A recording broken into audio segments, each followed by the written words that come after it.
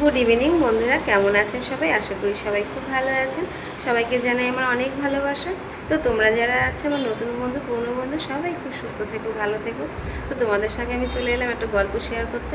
অনেক দিন থেকেই ভেবেছি আমি এই গল্পটা তোমাদের সঙ্গে শেয়ার করব। এটা গল্প না, এটা আমাদের মায়েদের আর বৌদিদের সত্যিকারে যেটা হয়ে থাকে আমাদের সঙ্গে, সেটাই একটা গল্প। তো একদিন এটা আমার অনেক দিনই হয়েছে। তো প্রায় দিনই আমার এটা মনে হয়, আর আমি তখন নিজেকে অনেক প্রশ্ন করতে থাকি আর নিজে একা একা সেই উত্তরগুলো দিতে থাকি। তো আজকে আমি এই জন্য তোমাদের সঙ্গেই প্রশ্নগুলো তোমাদের সামনে করব। এটা হয় যে সকাল থেকে আমি রান্না করছি, এ টু জেড মায়েদের বৌদিদের করতে হয়।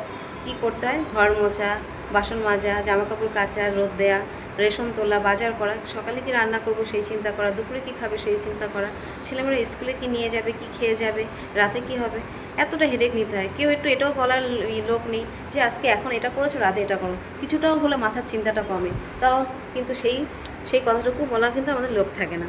তো এত খিদে পেয়ে যায় সকাল থেকে, সারাদিন আমি এত ভালো মন্দ রান্না করছি, খিদে পেয়ে গেছে, এত কাজ করেছি, জামা কাপড় পেয়েছি, যা কাজ নর্মালি আমাদের করতে হয় মহিলাদের। তো করার পর তো এমন তো হয় না যে খুব খিদে পেয়ে গেছে, খাওয়ার টাইম ওভার হয়ে গেছে, এত কাজ করেছি।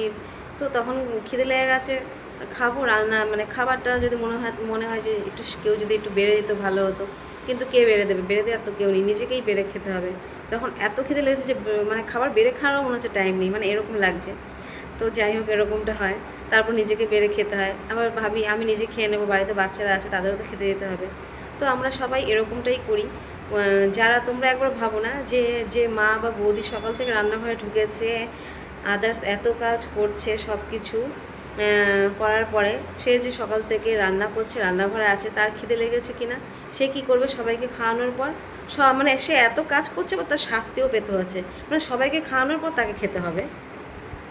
খাওয়ানোর পর তাকে খেতে হবে, আগে সে খেতে পারবে না। এবার সবাইকে, সে যে সকাল থেকে এত রান্না করছে, এত কাজ করছে, সে যে খাটনি করছে, তার যে শরীরে এত প্রেশার পড়ছে, চাপ পড়ছে, সেটা কেউ বোঝে না। কি হয়েছে না, সে মেয়ে আছে, সে মা আছে, তার নাকি অনেক শক্তি আছে, সে সবাইকে খাওয়াবে, তারপর সে কিছুই খাবে না, কিছুই থাকবে না।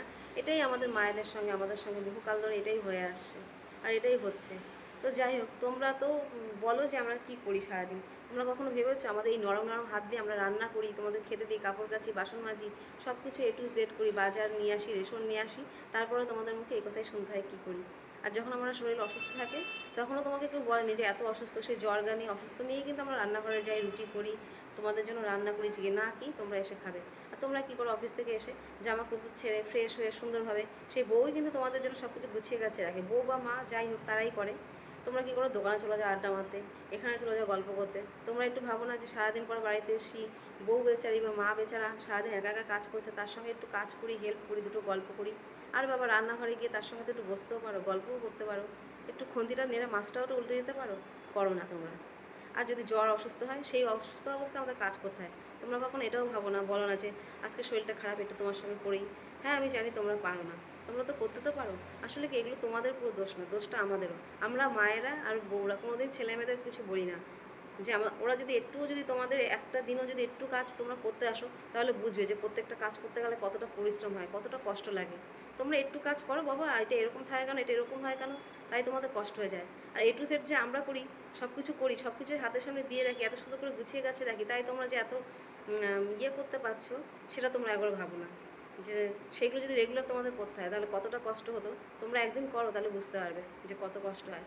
আমাদের যখন অসুস্থ হয়, জ্বর শরীর, তারপরে আমাদের রান্না করা যেতে হয়, কেননা আমাদের মারা, আমরা কী ভাবি যে আমরা না করলে আমার ছেলেমেয়েরা না খেয়ে থাকবে, তো আমাকেই করতে হবে, তো সেই ভেবেই আমরা রান্নাঘরে যাই। আর তোমরা এসে